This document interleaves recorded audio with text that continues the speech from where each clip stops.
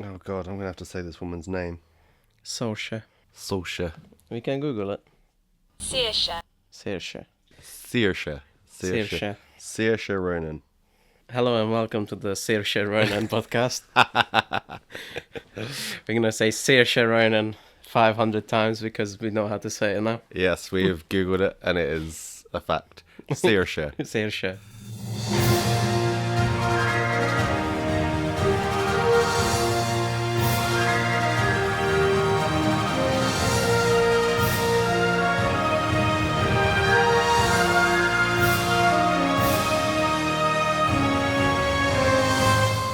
Welcome to this episode of I Hate Your Movie, a movie podcast where we inflict movies upon each other for your entertainment. This week, we watched the absolutely fantastic Lady Bird. Can you tell whose recommendation it was? Starring Saoirse Ronan. With more confidence. Saoirse Ronan. I did once watch a clip of her on the Graham Norton show of her teaching people how to say her name. It just made it so much more confusing. So yeah, Saoirse Ronan. Look, oh God. What's the movie? I said Lady Bird. Oh, did you? I think I did. Oh, okay. I think Lady Bird, which is an absolutely fantastic movie. Or did I just say fantastic movie? Saoirse Ronan, the fantastic movie. Yeah, it's Lady Bird, if I Okay. didn't say that already. Okay. Starring Saoirse Ronan. Which is getting... it's Saoirse. Saoirse. And Laurie Metcalf. I had that right. I had that locked and loaded. That one shouldn't be that hard to pronounce. Jonathan Smith. Laurie Metcalf and Timothée Chalamet Chamalamadendong. and Lucas Hedges. Yeah, so we watched that. It's a coming of age story about a girl in a small American town who dreams of bigger things. Yeah. Yes. And she dresses up at night and goes up in a superhero persona. Ladybird. Yeah, so I mean that's it. I mean it's got some good reviews. It's won some awards. Isn't it like 100% on Rotten Tomatoes? It was. Oh, it's not For enough. like 160 days or something. All it got was 100% reviews. I thought you were going to say 160% on Rotten Tomatoes. Oh no, it might not be 163 days. I think it might have been the first 163 reviews, Okay. which is much less. For a small time, it was the highest rated movie in the world. Yeah. And it's still got a 99% Rotten Tomatoes score today, and it's still got a 100% reviewers score. Yeah, it won some Golden Globes. It won the Best Comedy or Musical for something, for being a Best Comedy or Musical. Okay. And it won the Best Actress in a Comedy or Musical for Saoirse Ronan. But it won 0 Oscars.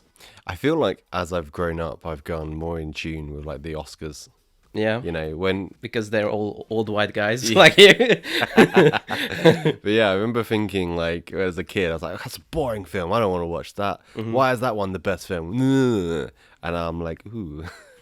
Yeah. Parasite.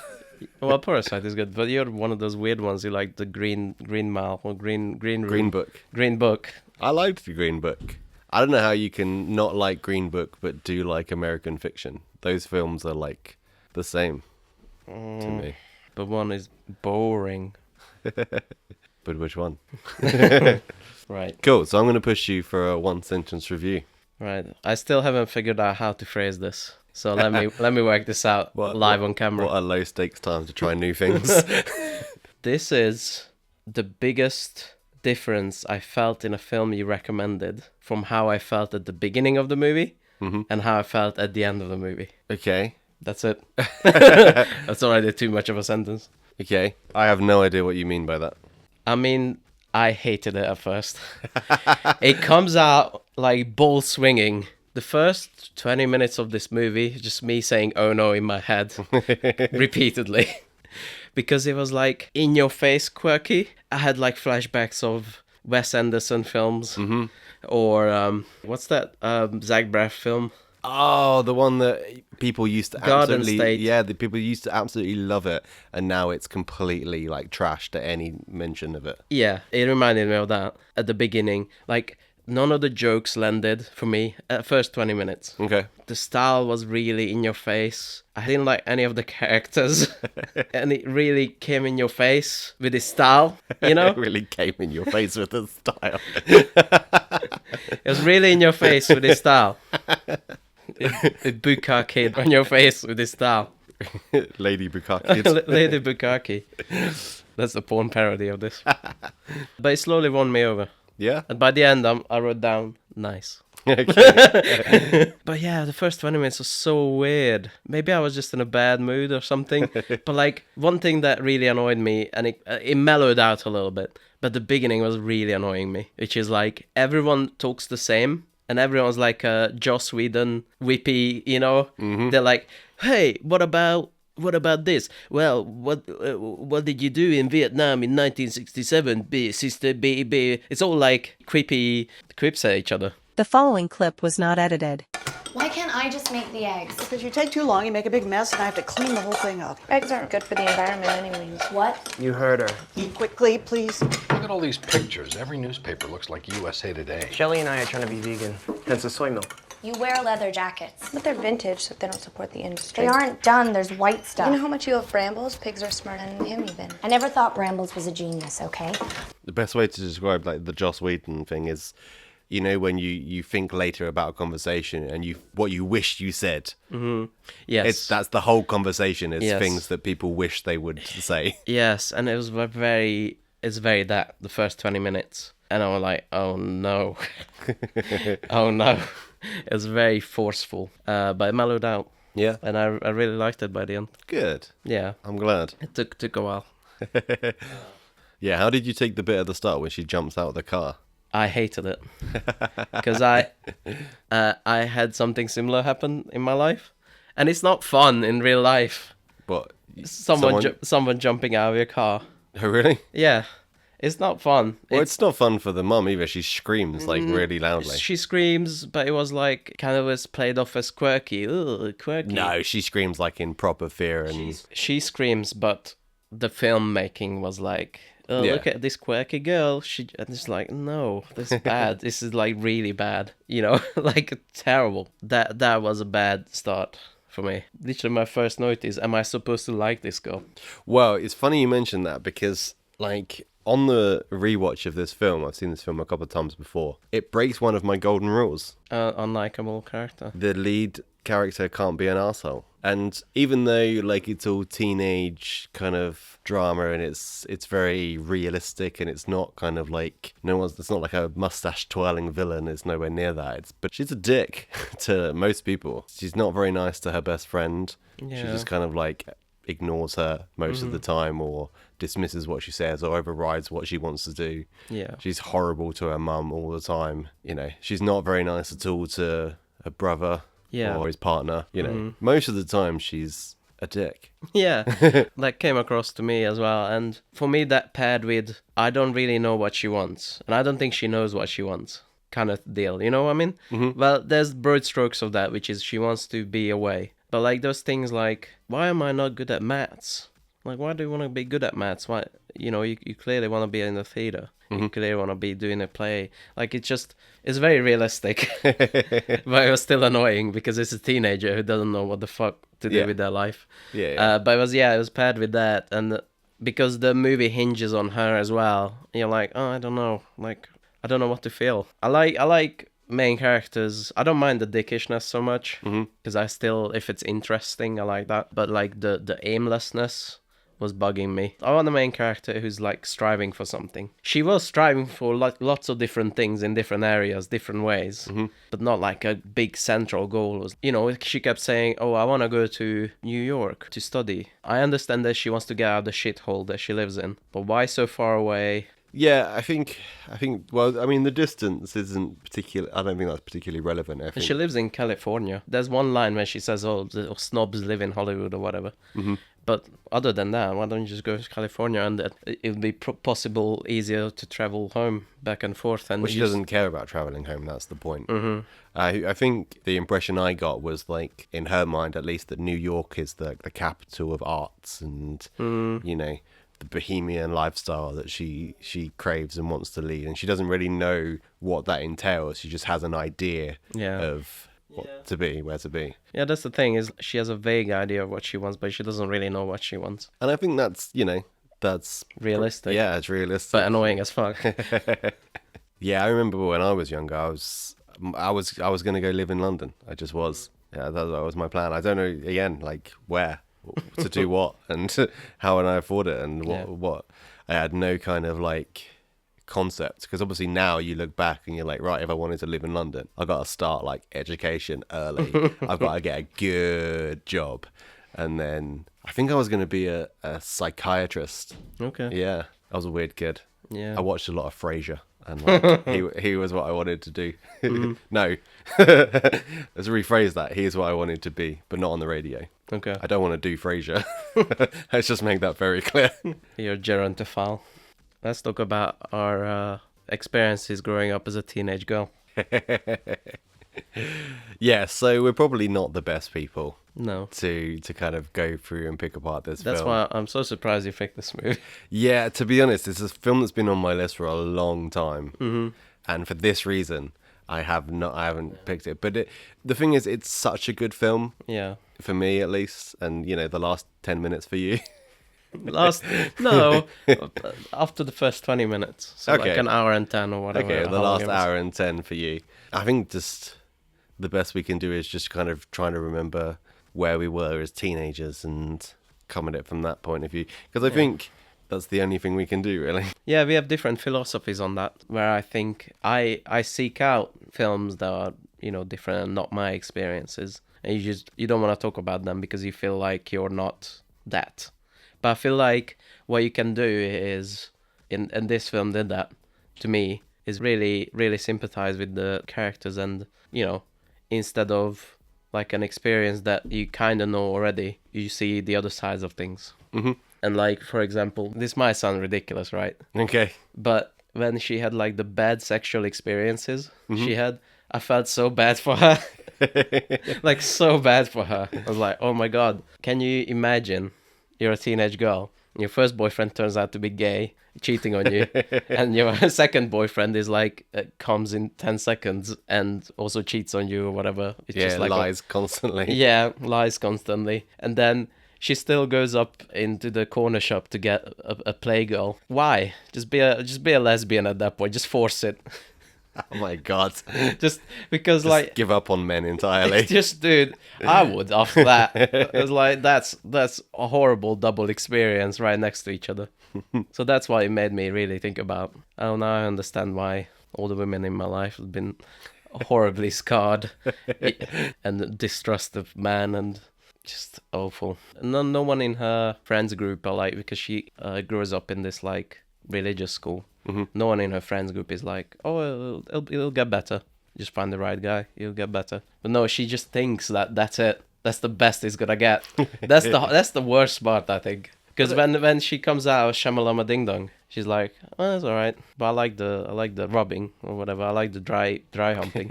Like, oh my God, poor thing. You want to talk about OCD mom? Is she OCD? Oh yeah. It's weird because she works in a psychiatric hospital. I'm pretty sure she's not diagnosed as OCD, but she is OCD. Totally. I just got the vibe that she was just a mum that's trying to keep things together. In an unhealthy way. Do you reckon? Yeah, In what way? Yeah, when she goes into her room, there's loads of little things, but especially when she goes into her room, there's like 2 things on the bed, not folded. It's like, oh my God, how dare you? She has like a whole diatribe because she didn't fold 2 things on the bed. That's not healthy. I guess, but I figured it was just some kind of like very Christian, almost like militaristic household, that it's not particularly like OCD, it's more like a way of life, There's loads of little things. Okay. And she misses out Thanksgiving, and she's like, oh, we're always doing this. But again, it's that kind of family household. We spend time together. That's kind of, she's trying to build this kind of like way of life. It felt like more anxiety ridden for me. Yeah. Yeah. And that's what I love about films like this, man. You really can just you get out of it kind of what you put into it. You know, Yeah. you go into thinking a certain way or having grown up a certain way, and you see things in these performances in a variety of ways. What about the bit when she goes into the bathroom and Saoirse is there? Who? What's her Ladybird. Ladybird. It's Oh the yeah. name of the film. Oh yeah, that's a superhero alter ego. Ladybird is there. It's like, do you need to use 2 towels? You know, if and she goes on this long diatribe of, if you're gonna use 2 towels, people's not gonna have access to towels, and we're gonna have wet towels, and people are gonna come in and not have any towels, and then that's not a tradition thing. That's something's wrong. Okay. So yeah, even in that, I've just figured like she didn't want to run the washing machine too much because they were so poor that she was trying to save electric. That's what I got from that. There's a point to that as well. But yeah, just the anxious kind of rambling of why is like this 5-step plan of why you shouldn't use an extra towel is like a bit. It's a bit. It's really interesting. Yeah. It's really interesting. It's weird that you didn't see that. Yeah. Yeah. Yeah, I've got no experience with living with someone with OCD. I think she is the best thing in the movie, the mom. Yeah. Like, best acting, best portrayal, best written. It's just so realistic. Mm-hmm. I haven't seen that in my parents, but they were differently shitty. But I've seen that in other parents for sure. This type of like micromanaging and like just completely unable to say nice things. So here's the question, though. Yeah. Right. Here's the question. It's quite a big question for the first character we're talking about. Mm-hmm. Is she right? About what? Just about kind of like the way, maybe not the OCD folding 2 things because they're on the bed kind of thing, but the way that Ladybird kind of lives her life and because Ladybird, she learns lessons out of it, but she is quite selfish and she is quite oblivious to the fact that they're a poor family. Yeah. And the mum just wants her to do more to help out the family and to spend time with them and to set realistic goals. Yeah, it's mixed, I think. Mm-hmm. She's not the worst mom ever, but she should have realized that at some point you have to let her go, and she never did, really. I think she did well in terms of everyone was taken care of. Mm-hmm. And then she wanted to continue that, and she couldn't get outside of her head of like, oh no, my daughter's all grown up, and then she's gonna be an individual person now, and then I have to just let her experience freedom. And that's probably what was pushing her away to begin with. It was just this like tight control. Mm-hmm. So maybe maybe I'm falling on the no side. Okay. But it's complicated. It's not. I don't think it's whether she's right or wrong. It's different aspects of what she was doing. The tight control was not okay, I think. Yeah, I think like the mentality comes around that you kind of like, if you have a control, and then the more someone rebels, the more you tighten that control and the more you do things. I lean towards that she's kind of right. Mm-hmm. I get that from the brother character, okay, Miguel. It's never really explained why they have a guy called Miguel in their family. Yeah. But you can see kind of he appreciates everything that he's been given, and again, it doesn't say that he like follows all the rules, but you kind of get that feeling that he's following the rules and she appreciates him for it, and it's a family unit because he's not rebelling and he's having like a pretty good life out of it. So I do feel I'm on the side of she's right, because if Ladybird would just stop kicking out all the time, then it would be a much nicer environment for everyone. That's true, but when you're in that kind of situation, it's hard not to rebel. Mm-hmm. That's my side of it, is that, people don't like to be confined in no matter what. And, if you're going to tell a person no, they're going to do it anyway, in a way, if they're like individually minded. Especially teenagers. So I think some leniency would have been good on that. And then if you give her more freedom, then, it's like a Chinese finger trap. Those things. Yeah. It's That's like, exactly what it's like. Yeah. Yeah. So if you let her experience freedom, she want to be more with the family. By the end, she does. Yeah. Yeah. So Laurie Metcalf. Yeah, amazing. Yeah, really good. Especially when she takes a loop at the airport. That acting moment, she drops off the daughter at the airport at the end. I think that's the one thing the character really did get wrong, is kind of just bye, thank you. Yeah, not even get out of the car. I can't park here. And then she does a loop and then comes back crying. And then we see the whole loop We see the whole loop-de-loop of the airport. Her face just slowly just distorting into crying. I was wrong all along. I don't know how you're going to edit this together. Oh, great. But Lady Bird did win an Oscar Oh, for Best Supporting Actress for this film. Laurie Metcalf? Laurie Metcalf won Best Supporting Actress. I had a feeling. She's 69 years old. Yeah. Nice. Still is. She's been in all sorts of stuff. She was Sheldon Cooper's mum. Oh, yeah. She was in Roseanne. Yeah. Why did you remind me of Big Bang Theory?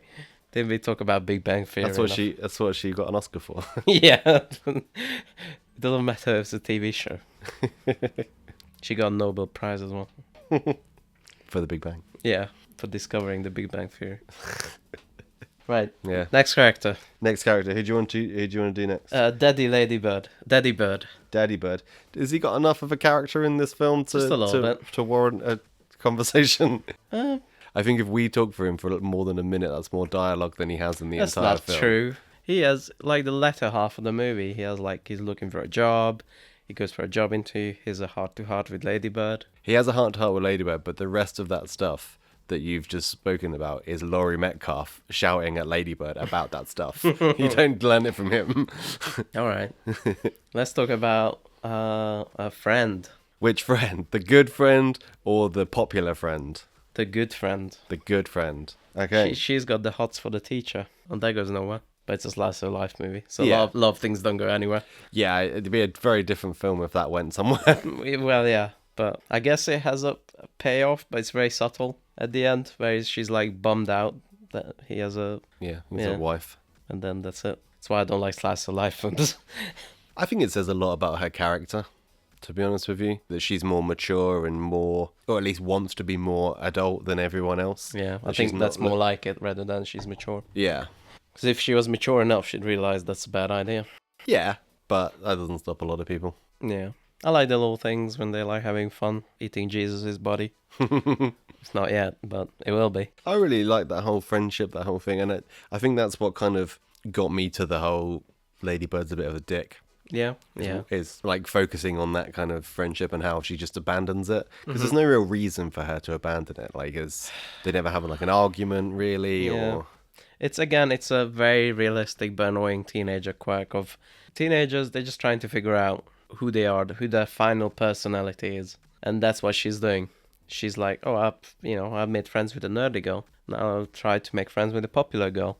But I feel like the nerdy girl's personality is the personality she's going to be. Like, it's already there. A lot of people are like this kind of back and forth things. Mm-hmm. I think she gets interested because she's rich, the popular girl. Yep. She's rich and she's influential and she's jealous or envious of her, and that's why she's trying to like get into that friends group. No, she's trying to get into that friends group so she can meet Timothée Chalamet. Yeah, shamalama ding dong. Shamalama ding dong. Who can blame her? I want to make a sexy... Sweet love to Timothée Chalamet. Well, I want to make those jokes, but was he actually underage in this film? It's a good question. Well, they are the He sex... looks exactly the same though. Yeah, This film was what, like... They are the sex scenes. They can't be too young, right? This was 2018. He looks exactly the same. Can you look up how old years is he later now? in June? Right, so I'm going to look at Timothée Chalamet. He's 29 years old now. Okay, so 2018, so that was... That's 6 years 6 ago. He years was ago. 23. Oh, thank fuck. Okay. So he's a sexy ass bitch. I would him too. I don't care if he comes 3 seconds in. It's just you, Timothée Chalamet, and Kieran Culkin. Kieran just Culkin. in a meaty Ewan pile. McGregor. Ewan McGregor. That's how... He's my type as well. Yeah? Yeah, he's You got- different, but You yeah. got that daddy bear as well in Yeah, he's watching. the... He's watching. Well, kudos to him as well for like accepting this very, very embarrassing role. I think this is like kind of one of his first roles, right? Possibly. Yeah. This and that awful one he did that I never watched, but it looks awful. Call Me By Your Name. Oh yeah. Yeah, kudos to him. Like just coming out of teenagehood was like, yeah, I'm gonna play this like emo, terrible person, liar, who just comes in 3 seconds. Timothée Chalamet, for me, is kind of like the absolute like pinnacle of teenage nonsense. Sure. you know, it's that kind of like, I know a lot about activism and I want to save the world. And did you know that it takes 17 gallons of water to make a single egg and we're ruining the planet? And oh my God, shut the fuck up. But does nothing whatsoever about it. And I smoke fancy cigarettes because it's better for you. And then he lies about those things as well. Because when we had a discussion about this, he talks about how like he doesn't have a cell phone because he thinks the government's tracking him or whatever. And then like 2 scenes later, he's got a cell phone and he talks on the cell phone. I think that was supposed to be like, oh, he's a hypocrite. Oh, he's 100% a hypocrite all the way through. But when I said that to you, you're like, oh no, that's his friend's phone or whatever. But no, I think it was his friend's phone. He gave it back to them. Is it? Yeah, I think so. They were all in the car, right? And then They're on the car. He's like, I feel like he takes out his pocket. No, Okay. I'm pretty sure. So I think that was that. I think he just smash cuts and he's on the phone. Maybe.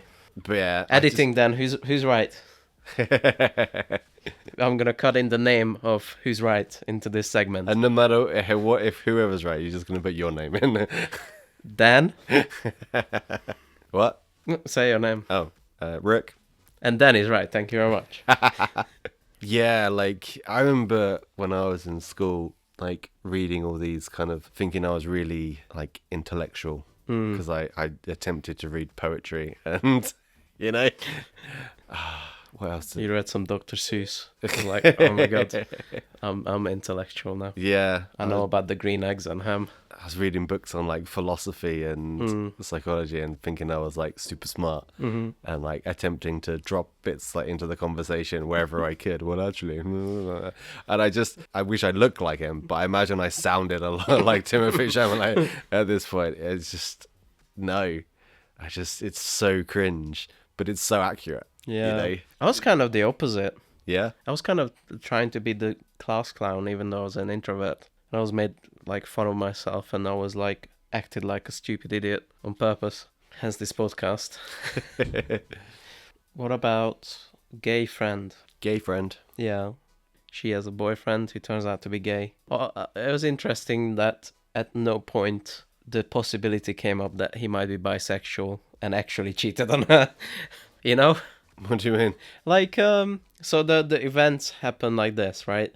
So he gets with his boyfriend and they do kisses and romantic stuff and whatnot. And then they go out to clubbing and the boyfriend is kissing another guy in the bathroom stalls, right? That's how she finds out he's gay. She discovers that he's kissing a boy. Yeah.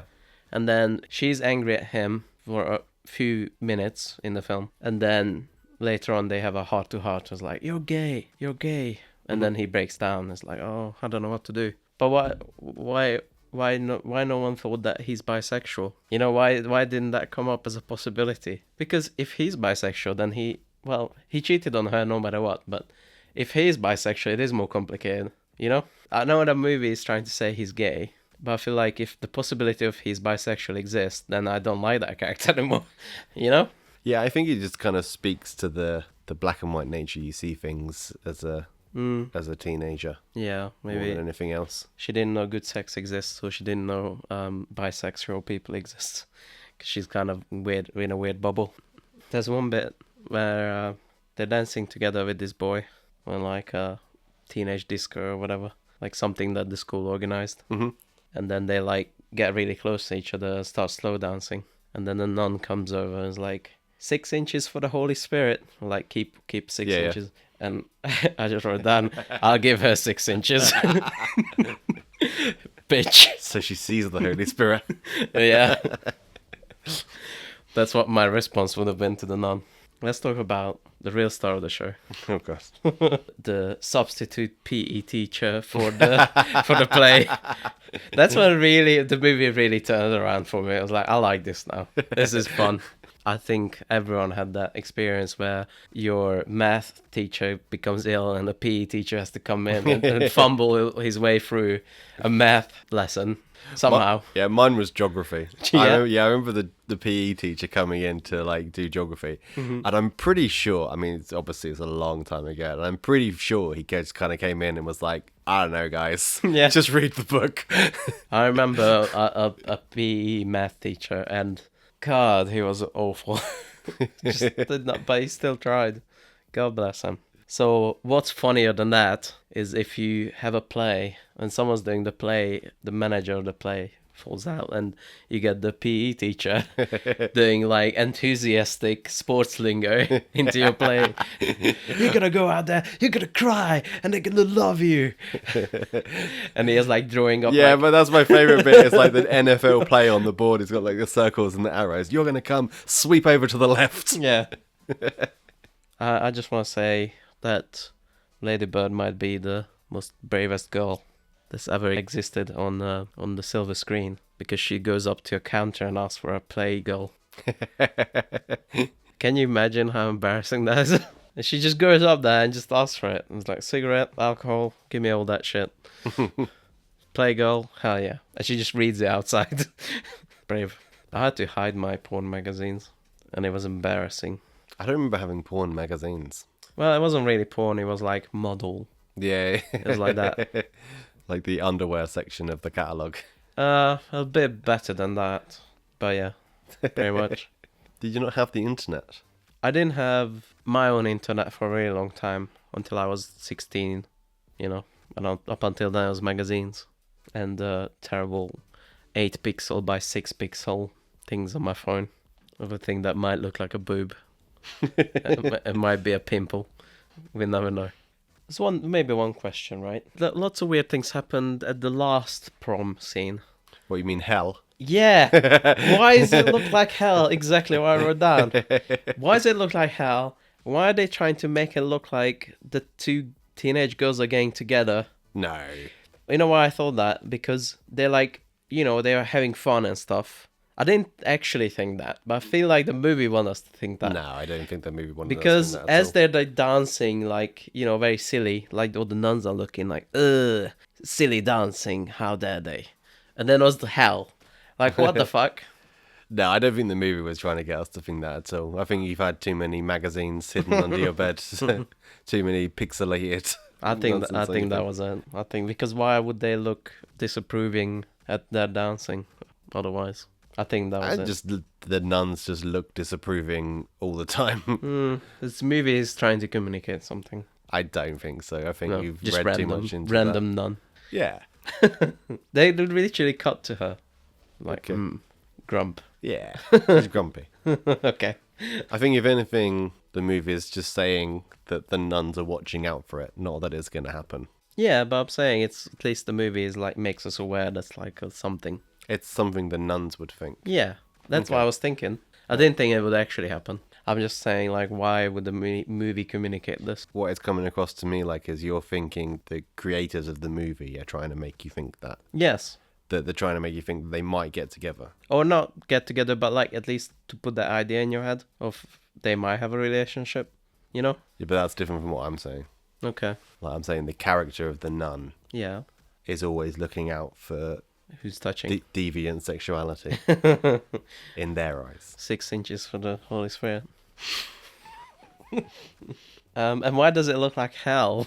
Yeah, that's a fantastic question. I don't know. It genuinely looks like how there's fire everywhere. What I the don't fuck? know. I don't know. Like normally you have like an under the sea kind of vibe, Yeah. or flags for America or whatever they do. So before I pressure you for an out of 10, I just want to like. I have no idea. I'm gonna think about it while you have your speech. Yeah. So I mean, this film is fantastic. I think because it just really focuses in on all the things that are really important, or at least the things you think are really important. That you know, you'll look back and you'll realize that actually it really doesn't matter. You know. Yeah. You know, it doesn't matter what you wear to prom. You look back 20 years from now, you just remember going, maybe. Yeah, maybe if even. I didn't go to mine. Yeah, I didn't go to mine. No, it's very sad. It is all about first loves, you know, losing your virginity. Like, does it really matter? No. But at the time, it's like the biggest thing in the whole world. And what you're going to do in college, and if you're like hanging out with the popular kids in school, all of these things are so important at the time. And now I just, looking back, I was like, what? Why would you even care? Yeah, exactly. But what this film does really well is stir those emotions back up so that you can tell how important it is and you remember how important it is to these characters. And I think it's just done incredibly well. Yeah, true. Cool. So now I'm pressuring you for your out of 10. I feel like a 7 out of 10. Yes! Crushing those 7s. Yeah, you're welcome. Must be nice. Must be nice to be you. What is your... Oh, it's gotta be like 9. Okay, wow. Yeah, like 8 or 9. 9. Yeah. I'll go 9. I just don't like the slice of life stories usually. Yeah, and I'm given that it is a slice of life. So given that it is a slice of life film, like I'm surprised at your rating. As a slice of life 7 is like a regular 11. Yeah, pretty much. Yeah, yeah, I liked it. It had a lot to go over from the beginning. So the beginning, I was like panicking in my head because I remember your wife said that if I don't like this movie, then she's gonna. I can't remember what she said either, but it's some kind of physical harm. Yeah, she's gonna ritually murder me. I was like, oh no, am I just gonna lie? But no, I did like it at the end. Cool. It got me. But at the beginning, I'm like, whoa. I might have, if I didn't watch this video, I might have shut it off. Really? Yeah, it was that well, bad. there you go. You do shut off a lot of films that might get better later. I've spoken to you a few times about films that you're just like, nah, I know it all. I was right on Joker. I was proven right with time. And yeah, and what I got later on, I heard all the things back that I thought it would be, and it was exactly that. Yeah, but you miss like the nuances of the performances when you do that. You know, Whatever. like from Joker 2 when he becomes Foghorn Leghorn. I do say so. Well, I do say about my time in court that shut up. Oh, thanks for reminding me. So, what are we watching next? Right, a little behind the scenes. Okay. I think you do the same. I like to recommend a serious movie and a silly movie. Okay. So we watched a serious movie, but from just my recommendations. Okay. What was the last one we watched? Oh. My Captain. The problem is, like, I'm still on the road to 7, but all my road to 7 movies are serious. Okay. I think you're on a good path with that. I'm more even with even with that. I feel like I crashed and burned. I started out so good. I rate serious films higher than I do comedies. Oh, okay, I see. But we gotta do a silly film. Come on. Okay.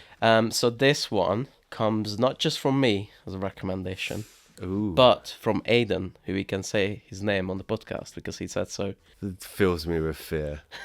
This was on my list, and he mentioned it that you'd like it. I'm dubious if you'd like it. He's almost as bad at recommending films as other people, as you are. It's called Turbo Kid. Okay. It is a low budget, but not bad. It's not a samurai cop. Okay. It's lovingly made. It's Mad Max on BMX bikes. It's a whole lot of fun. It's recent, and it's lovingly made. Not amazingly made. Okay. Keep trying with that road of getting you that vibe of, oh, we made a movie, you know? Yeah. But you keep not getting it. No. This is the best you're gonna get. Because this is like super low budget, but like, you know, they put all their hearts and efforts into that. So it's fun. It's a fun movie. And it's Canadian. Okay. Ugh. Okay. Cool. So I don't have any hopes, but I think it's a fun movie. It's something to talk about. And it's not just a recommendation from me, but from other people as well. Cool. Well, Cool. that's, you know, the road to a 7 continues. The ups and downs continue. Mostly down. Yeah. Massive detour with Yeah. and yeah, hopefully this is Hopefully. It could be, honestly, it could be either way, I think. It's Okay. just really, I think what you really need to connect is that some low budget movies are not bad. They're lovingly made. And you just have to see that. You have to, I do see it, but it breaks the immersiveness for me. Cool. yeah. Well, Turbo Kid. Turbo Kid. That's one. Bye. Bye. Ewan McGregor. Ewan McGregor. That's how. He's my type as well. You seem a little on edge. I haven't felt you this tense since we fell into that nest of gumdarks.